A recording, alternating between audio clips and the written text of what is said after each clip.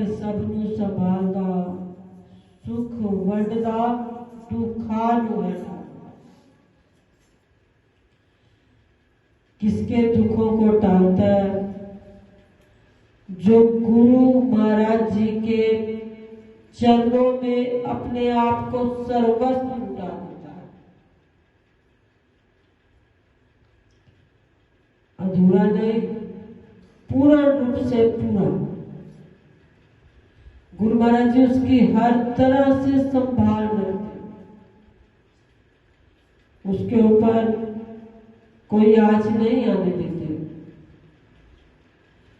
ना जाने अब में से कितने जिज्ञासु होंगे जिन जिन के ऊपर दुख आया और गुरु महाराज जी ने उस दुख को किस प्रकार से सूली से कांटा बना दिया। अनगिनत बैठे और सबके ऊपर दुख आता है। ये नहीं कि नहीं आता, आता है। अगर दुख ना आए तो सुख की पहचान कौन कर पाए? दुख आता है तो सुख की पहचान होती है, दुख ना आए तो किसी तरह की कोई पहचान नहीं होती।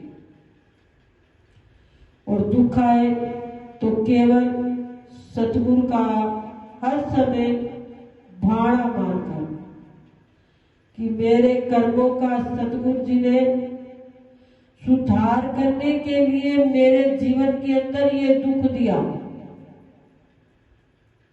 इस भाड़े को मानेंगे ना तो वो दुख सुख में तब्दील हो जाएगा। वो क्यों नहीं होता?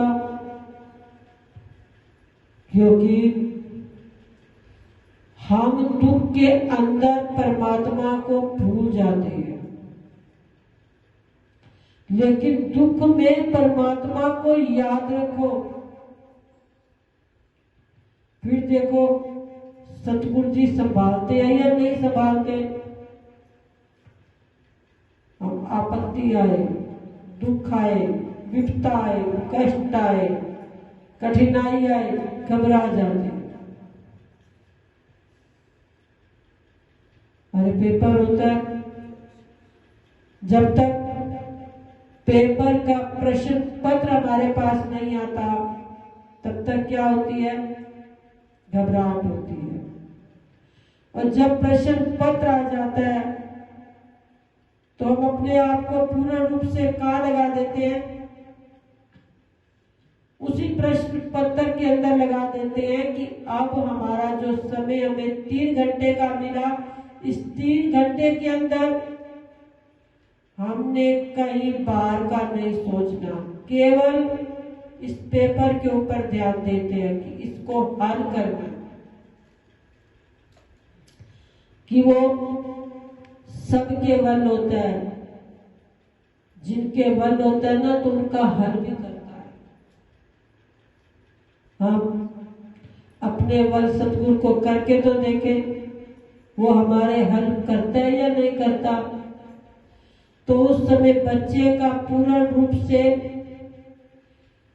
मस्तिष्क का विकास का होता है उस प्रश्न पत्र के ऊपर। उसे उस समय किसी की याद नहीं होती, उस समय केवल वो किसका ध्यान करता है? सतगुरु का ध्यान करता है। हम भी अपने जीवन के अंदर भाग दौड़ छोड़े ना तो मेहनत करना ना छोड़े। हम भाग दौड़ तो सौंप देते हैं लेकिन मेहनत से जी चुराते हैं। अरे भाग दौड़ जिनकी सौंपी जाती है ना तो वो मेहनत भी करते हैं। अब आप धंधे को लगाओ, मीरा को लगाओ। अभी हम सुन रहे थे ना कि जहर की पुड़िया उसकी क्या बन गई? अमृत की पूड़ी। क्यों बनी? अब देखो, था जहर, जहर था, अमृत क्यों बन गया? क्योंकि उसने मेहनत की थी राम के नाम के अंदर अपने विश्वास को जोड़ने। अब उसने कीर्तन किया, ताली बजाई, मुख से बोला, ये भी मेहनत है। भगवान के लिए प्रसाद बनाया, भोग बनाया, ये भी मेहनत है। भगवान के घर की झाड़ू लगाई, सफाई की, पोछा लगाया, ये भी मेहनत है। अब उसने इतनी मेहनत की तभी उसकी वो पुड़िया जहर की अमृत बनी। और हम बस सतगुरु का नाम जपते रहे, मेहनत ना करें तो हमारे कष्ट टलेंगे। चाहे सुबह से शाम तक कितना लगे रहे। अब दो मित्र थे, उन दोनों मित्रों ने एक बार विचार किया कि हम भी कच्चे मकानों में रहते हैं, पक्के मकानों में रहे। हमारा घर बार नहीं तो हमारे भी विवाह शादी हो तो हमारा भी घर परिवार बने। अब उन्होंने कहा, एक तो भगवान को मानने वाला था, धार्मिक प्रवृत्ति का, दूसरा था मेहनत करने वाला। अब जो धार्मिक प्रवृत्ति का था उसने कहा हम खेती बाड़ी का काम कर लेते हैं, दूसरे ने कहा ठीक है। अब दोनों ने खेतों के अंदर जो मेहनत करने वाला था ना, उसने बीज भी डाला, पानी भी डाला, हर तरह से मेहनत करता रहा। और जो दूसरा था ना, वो हर समय भगवान का भजन करता, वो मेहनत नहीं करता था। भजन करता था, फसल पककर तैयार हो गई। मेहनत करने वाले ने कहा चलो फसल पक चुकी है तो इसको मंडी में जाकर बेच आते हैं। अब वो बेचने के लिए गए,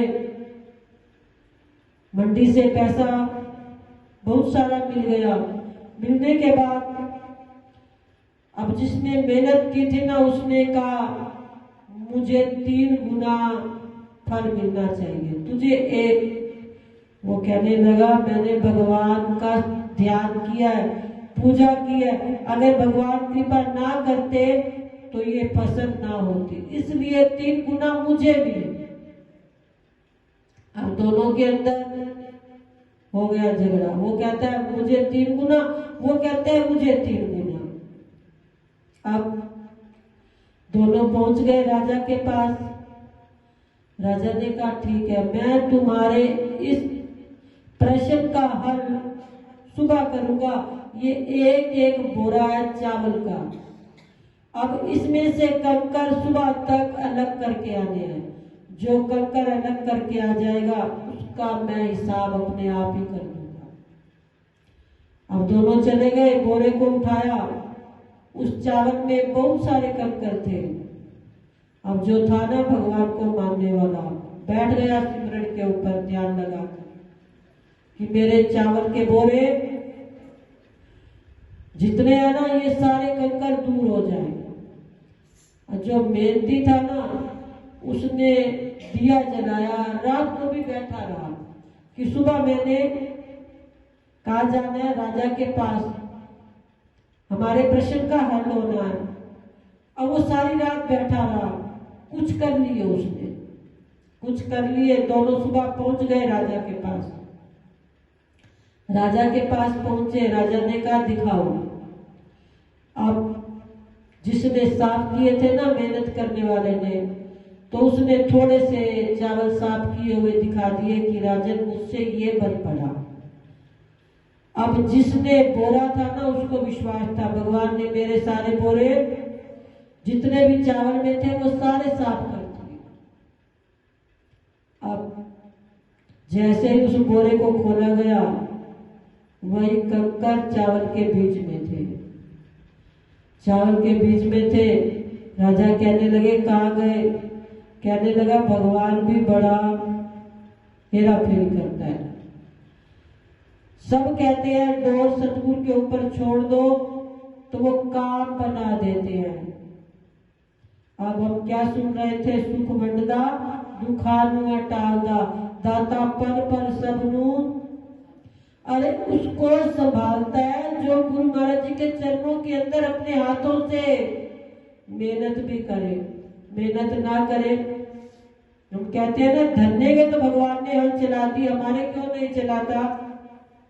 अरे धन्य जैसी भक्ति है हमारे अंदर, धन्ना 7 दिन भूखा रहा, हम 7 घंटे भी भूखा नहीं रह सकते। रह सकते 7 घंटे हमारे से 70 मिनट भी भूखा नहीं रह जाता। 1 घंटा 60 मिनट का होता है। उस 60 मिनट में हम पानी पिएंगे, मुंह में कुछ डालेंगे, ना जाने कितना कुछ। तो फिर धन्य जैसा काम भगवान कैसे हमारे कर दे।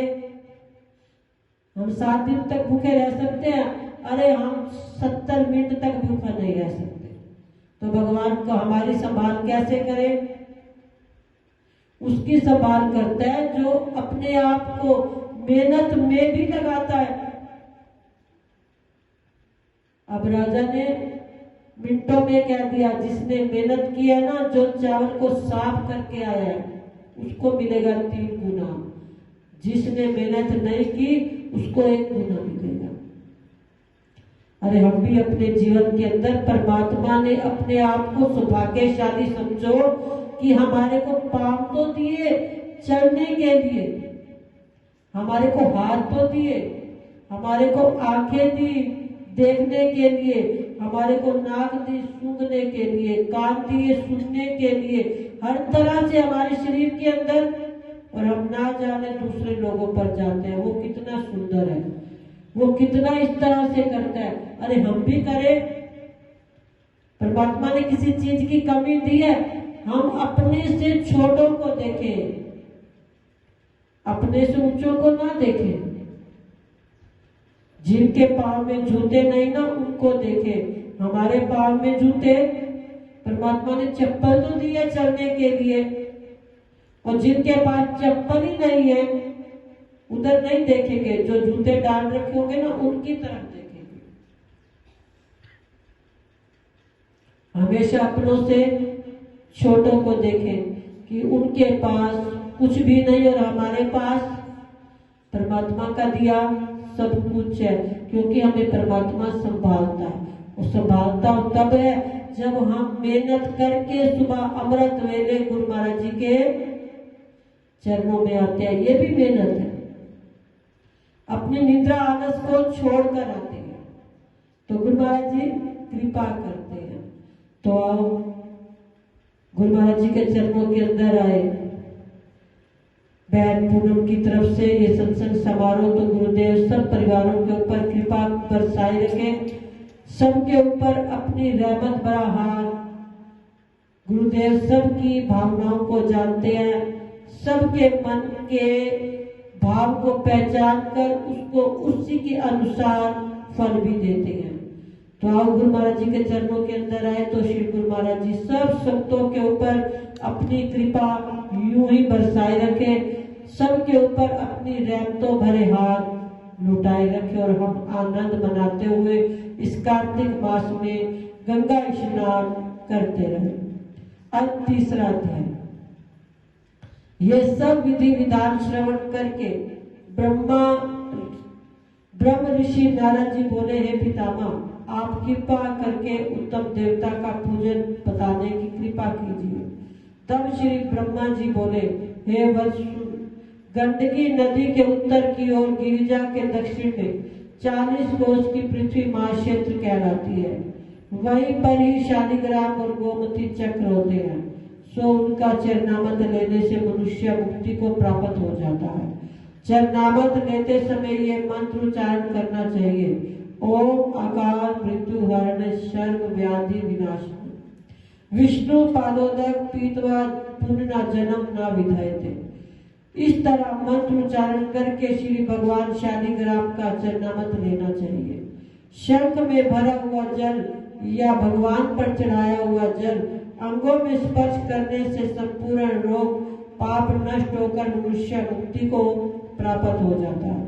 जिस गोमती में एक चक्र उसको सुदर्शन, जिसके 2 चक्र उसको नारायण, जिसमें 3 चक्र उसे अच्युत, और जिसमें 4 चक्र उसे जनार्दन, जिनमें 5 उसे वासुदेव, और 6 चक्र वाले को प्रद्युम्न, 7 चक्र वाले को संकर्षण, 8 चक्र वाले को नरकुबर, और 9 चक्र वाले को और 10 चक्र वाले को 10 अवतार कहते हैं। इन सब के दर्शन करके मनुष्य मोक्ष को प्राप्त हो जाता है। और जो भगवान के सम्मुख वीणा बंसी बजाता है और गायन सुनाता है वो स्वयं भगवान को प्राप्त हो जाता है।